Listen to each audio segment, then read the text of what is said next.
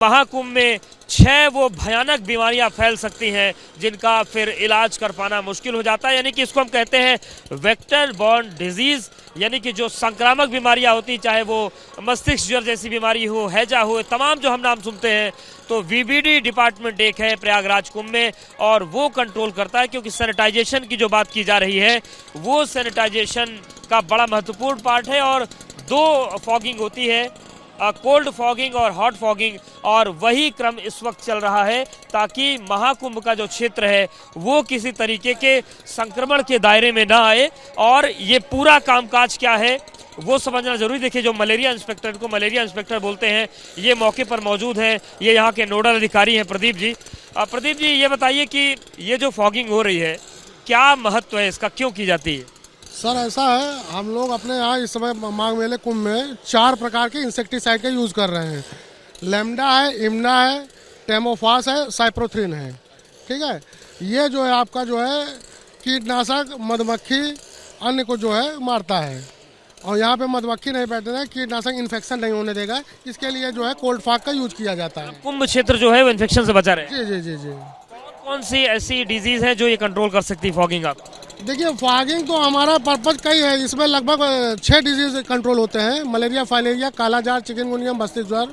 हाँ, main purpose हमारा यह है कि लार्वा न बने पाए। अगर लार्वा बनेगा तो मच्छर पनपेंगे, लार्वे पे कंट्रोल करना है और लार्वा से मच्छर बनने में लगभग आपको 5 दिन का लगता है।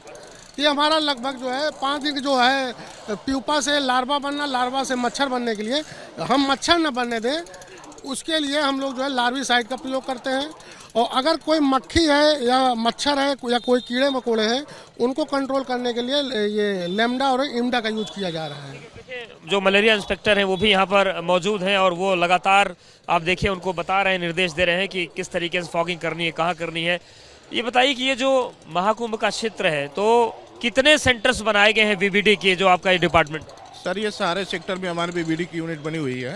ये 25 सेक्टर हैं कुल टोटल मेले क्षेत्र में और हर एक सेक्टर में एक यूनिट हमारी है मलेरिया की। तो ये जो पूरी फॉगिंग हो रही है इसमें भी कई तरीके के होते हैं, आप बता रहे थे हॉट एंड कोल्ड, क्या होता है? कोल्ड फॉगिंग हो रही है जो दिन में होती है और हमारे यहाँ हॉट फॉगिंग की व्यवस्था है जो शाम को सूर्यास्त के बाद की जाती है।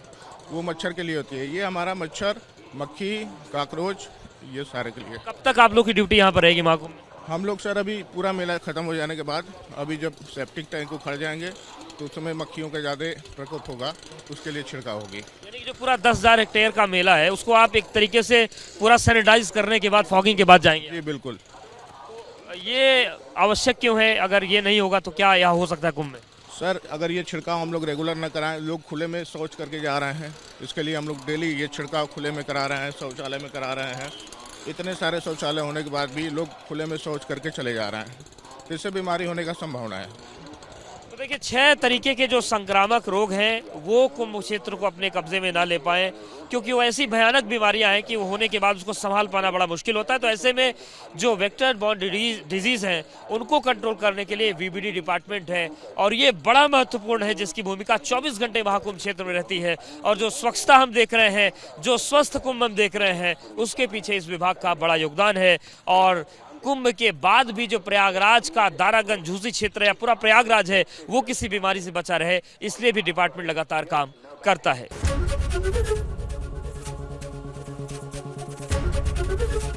एबीपी गंगा, खबर आपकी, जुबान आपकी।